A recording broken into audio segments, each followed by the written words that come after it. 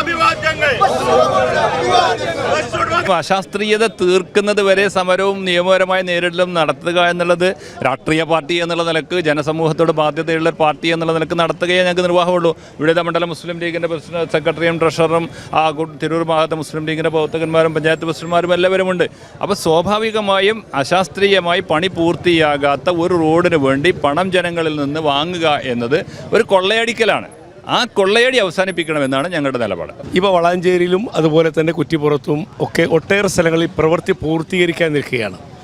അപ്പോൾ പ്രവൃത്തി പൂർത്തീകരിച്ച് സുഗമമായൊരു യാത്ര ഒരുക്കുന്നതിന് മുമ്പ് ഇവരിൽ നിന്ന് അതിനുള്ള ഫീസ് ഈടാക്കുക എന്ന് പറയുന്നത് തീർച്ചയായും അംഗീകരിക്കാവുന്ന ഒന്നല്ലല്ലോ ആർക്കാണെങ്കിലും. അതൊരു നമ്മുടെ ഒരു മാനുഷികമായി തന്നെ അംഗീകരിക്കപ്പെടാൻ കഴിയുന്ന ഒന്നല്ല.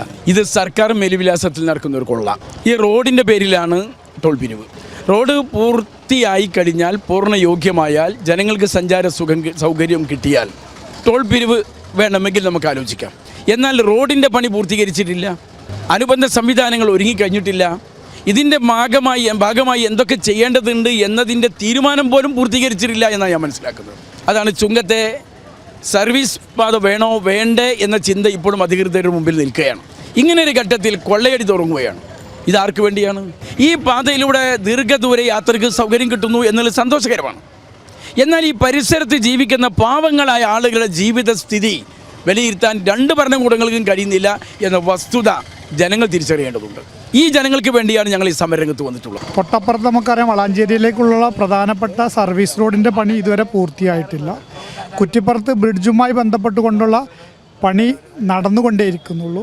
കൂരിയാട് പാലം തകർന്നു, അതിനോട് ബന്ധപ്പെട്ടുള്ള പ്രവർത്തനങ്ങൾ നടത്തുന്നു. അങ്ങനെ പ്രധാനപ്പെട്ട 3 സ്ഥലങ്ങളിൽ അവിടെ ഹൈവേയിൽ നിന്നും ഇറങ്ങിയിട്ട് സർവീസ് റോഡിലേക്കോ അല്ലെങ്കിൽ ഇവിടെ വളാഞ്ചേരിയിലേക്ക് സർവീസ് റോഡ് പോലും ഇല്ലാത്തൊരു സ്ഥിതിവിശേഷം കണക്കിലെടുത്താണ് ഇത് അടിയന്തരമായി പൂർത്തിയാക്കണമെന്നുള്ളതും അതുപോലെ തന്നെ ഈ തൊട്ടടുത്തുള്ള പ്രദേശത്തുള്ള ആളുകൾക്ക് 20 കിലോമീറ്ററിനുള്ളിലുള്ള ആളുകൾക്ക് പിന്നെ 350 രൂപ പാസ് നൽകുന്നുണ്ട്. അതും ഇതുവരെ ആരംഭിച്ചിട്ടുള്ളൂ. അതും തന്നെ നാളെ മുതലാണ് അതിൻ്റെ അപേക്ഷ വരെ സ്വീകരിക്കുന്നത്.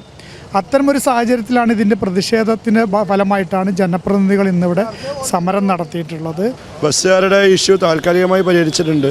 2 ദിവസം അവരെ ടോളൊന്ന് ഒഴിവാക്കുകയും പിന്നീട് ബഹുമാനപ്പെട്ട ജില്ലാ കളക്ടറുടെ സാന്നിധ്യത്തിൽ മീറ്റിംഗ് നടത്തിയിട്ട് പരിഹരിക്കാമെന്ന് ഏറ്റിട്ടുണ്ട്. സോഫാർ വലിയ കുഴപ്പമില്ല പോകുന്നുണ്ട്. അതുകൊണ്ട് തന്നെ ഒരു പക്ഷേ കുറച്ച് ദിവസം അതൊരു ട്രാക്കിലാവാൻ ബുദ്ധിമുട്ടുണ്ട്. എന്തായാലും ചെറിയ തോതിലുള്ള പ്രതിഷേധങ്ങളൊക്കെ ഉണ്ട്. ഇതിനൊക്കെ നമ്മൾ ആ രീതിയിൽ തന്നെ മുഖവിലയ്ക്ക് എടുത്തുകൊണ്ട് പരിഹരിച്ച് മുന്നോട്ട് പോകുന്നുണ്ട്.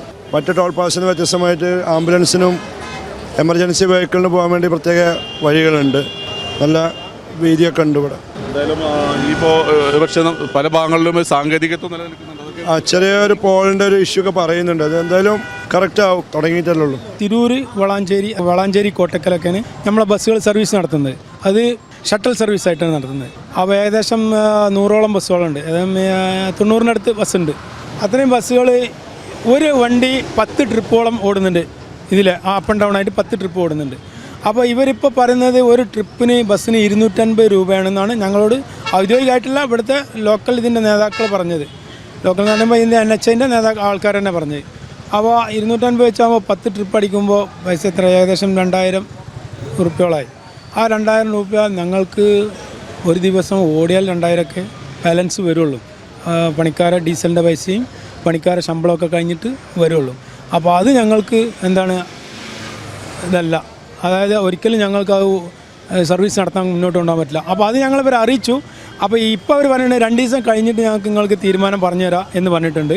അപ്പോൾ അത് കാരണം ഈ 2 ദിവസം ഞങ്ങൾക്ക് ഫ്രീ ആയി വിടാമെന്ന് പറഞ്ഞു. ഇന്നും നാളെയും കഴിഞ്ഞിട്ട് കലക്ടറുമായിട്ട് സംസാരിച്ചിട്ട് അതിന് ഉറപ്പ് തരാമെന്ന് പറഞ്ഞിട്ടുണ്ട്. എൻ്റെ കയ്യിലാണ് വലിയ ബഡ്ജറ്റും ഇല്ല. നിനക്ക് എവിടെയെങ്കിലും പരിചയമുണ്ടോ? എനിക്ക് പരിചയമുണ്ട്. അയ്യോ സാർ, എനിക്ക് പരിചയമുണ്ടോ.